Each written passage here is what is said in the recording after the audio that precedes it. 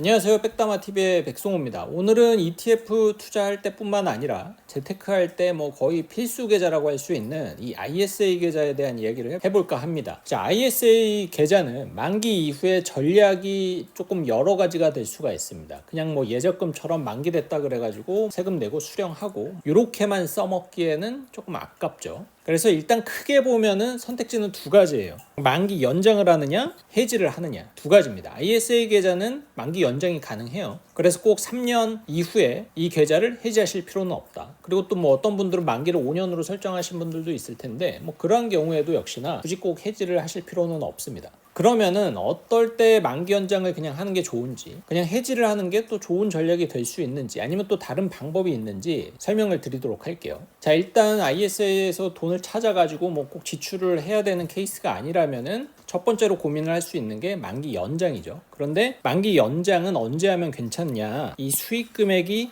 200만 원 이하일 때, 혹은 평가 금액이 2천만 원 이하일 때는 그냥 만기 연장을 하는 게 저는 낫다라고 봅니다. 왜냐하면은 이 ISA 계좌에서 얻을 수 있는 이 비과세 혜택이 보편적으로 200만 원이죠. 서민형 계좌는 400만 원이고, 그런데 내가 여기서 ETF라든지 여러 가지 금융 상품을 통해서 얻은 수익이 200만 원 이하다. 그러면은 아직까지는 내가 얻은 이 수익에 대해서 비과세를 받을 수 있는 그 한도가 남아있기 때문에 그냥 조금 더 연장을 해가지고 이 비과세 한도만큼 수익 금액을 채우는 게 저는 좋은 전략이라고 봅니다. 그 다음 케이스는 ISA를 일단 해지를 하고 다시 ISA 계좌를 만들어서 돈을 불입을 하는 게 조금 더 나은 전략이 되는 케이스인데요. 이러한 케이스는 일단 수익 금액이 200만 원 정도 달성을 하고 평가 금액도 한 2천만 원 정도일 때 적합한 케이스예요. 왜냐면 수익 금액이 200만 원을 넘지 않았으니까 다 비과세 혜택을 받을 수가 있고, 그리고 만기 해지 금액이 2천만 원 정도면은 요거 해지하고 나서 다시 ISA에 재가입을 할 때 ISA 계좌의 연 한도가 2천만 원밖에 안 되잖아요. 그래서 그거를 초과하면은 또 초과분에 대해서는 불입이 안 되기 때문에 이 평가 금액이 2천만 원 정도일 때가 가장 좋은 것 같아요. 다만 이런 전략의 단점은 뭐냐면은 계좌를 이렇게 다시 재가입을 했을 때는 비과세 혜택을 받기 위해서 다시 3년 동안 보유를 해야 된다는 점, 그리고 중간에 혹시라도 내가 금융소득 종합과세 대상자가 되는 경우에는 ISA 계좌 재가입이 안 되기 때문에 그런 경우에는 좀 주의를 하셔야 됩니다. 그리고 혹여라도 ISA 계좌를 해지하고 다시 만든 다음에 인출 시점으로 3년을 더 버티지 못하는 케이스가 생기면은 그때 가서 해지를 하게 될 경우에는 또 세금에 다 노출이 되기 때문에 인출 시점이 언제인지도 제대로 파악을 하는 게 좋겠죠. 자, 마지막으로는 ISA 계좌를 해지하고 연금저축계좌로 이전을 하는 겁니다. 사실 이게 가장 좋은 전략이라고도 할 수가 있고, 일반적으로는 이렇게 하는 게 다수의 케이스이기는 해요. 왜냐면 3년 동안 ISA 계좌를 유지를 하면은 보통 평가 금액이 2천만 원을 넘는 경우가 많기 때문입니다. 그래서 이러한 경우에는 어쨌든 평가 금액이 2천만 원 초과일 때는 연금 계좌로 이전을 하는 게 좋은데, 그 이유는 ISA 계좌에 있는 돈을 이렇게 연금 계좌로 옮겼을 때 이전하는 금액의 10% 최대 300만 원까지 세액공제를 해주기 때문에 그렇습니다. 그러니까 만약에 3천만 원을 옮긴다라고 하면은 300만 원 세액공제를 전부 받을 수가 있는 건데, 그러면은 세액공제율은 소득 구간에 따라 다르겠지만 5,500만 원 미만인 경우에는 16.5%, 그러니까는 거의 50만 원을 돌려받을 수가 있고, 초과자 같은 경우에는 13.2%, 그러니까 약 40만 원 정도를 돌려받을 수가 있어요. 그러면은 그런 질문을 할 수가 있죠. 연금 계좌로 옮기면은 이거 꼭 연금으로 써야 되는 거 아니냐? 나는 ISA 계좌 돈 모아가지고 나중에 집 사고 차 사고 다른 목적으로 가입을 했는데 연금 계좌로 옮기면은 인출이 불편하니까 좀 곤란할 수 있지 않냐? 그런데 꼭 그렇지는 않아요. 만약에 이 연금 계좌에 3천만 원을 옮겼을 때 세액공제를 받은 돈은 300만 원입니다. 나머지 2,700만 원은 세액공제를 받지 않았잖아요. 그러면은 이 돈은 언제든지 중도인출이 가능해요.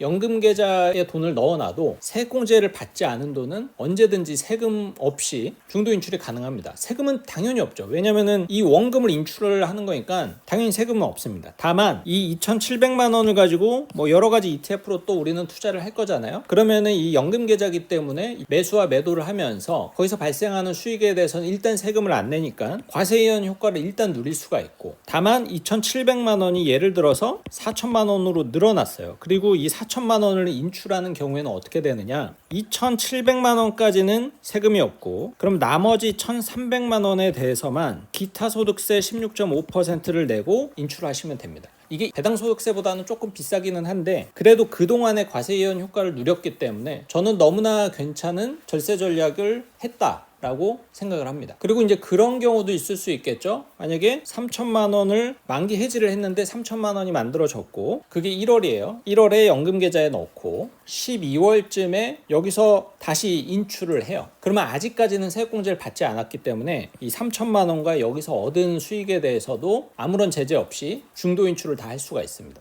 다만 이 ISA 계좌를 연금 계좌로 이전할 때 주의하실 점이 뭐냐면은 이 연금저축 계좌가 크게 보면은 연금저축 펀드와 IRP가 있잖아요. 연금저축 펀드에 납입을 하셔야 됩니다. IRP 같은 경우에는 중도 인출이 사실상 굉장히 어렵죠. 특별한 사유가 있어야지만 중도 인출이 되기 때문에 ISA에서 만든 돈을 IRP로 넣어두시면은 안 되는 건 아닌데 그러면은 그거는 그냥 나중에 연금으로 다 써야겠다라는 생각을 갖고 그렇게 하셔야 돼요. 그러니까는 웬만하면은 그냥 연금 저축 펀드로 옮기는 게 가장 좋다. 네, 오늘은 이렇게 ISA 계좌 만기 이후에 왜 연금 저축 계좌로 옮기는 게 가장 좋은 절세 전략이 될 수 있는지 그 이유에 대해서 설명을 드렸고 이게 그냥 막연하게 연금 계좌로 옮기면은 뭐 인출이라든지 이런 불편함이 있을까봐 이거를 안 하고 찾은 다음에 그냥 일반 계좌에서 운용을 하시는 분들이 생각보다 굉장히 많더라고요. 그래서 그렇게 하지 마시고 연금 계좌로 이전을 한 다음에 과세 이연 효과를 충분히 누리시다가 나중에 인출을 하는 거를 추천을 드립니다. 이제 물론 세액공제 받은 300만 원은 인출하기가 조금 곤란할 수는 있지만 내가 뭐 3천만 원, 5천만 원 넣어놓고 뭐 2, 300만 원 정도 묶인다라고 해가지고 뭐 이렇게 크게 지장이 생긴다라고 보기는 사실 어렵잖아요. 그러니까 ISA 만기 이후에는 연금 계좌로 옮긴다라는 것을 좀 공식처럼 생각을 하고 ETF 투자를 하시기를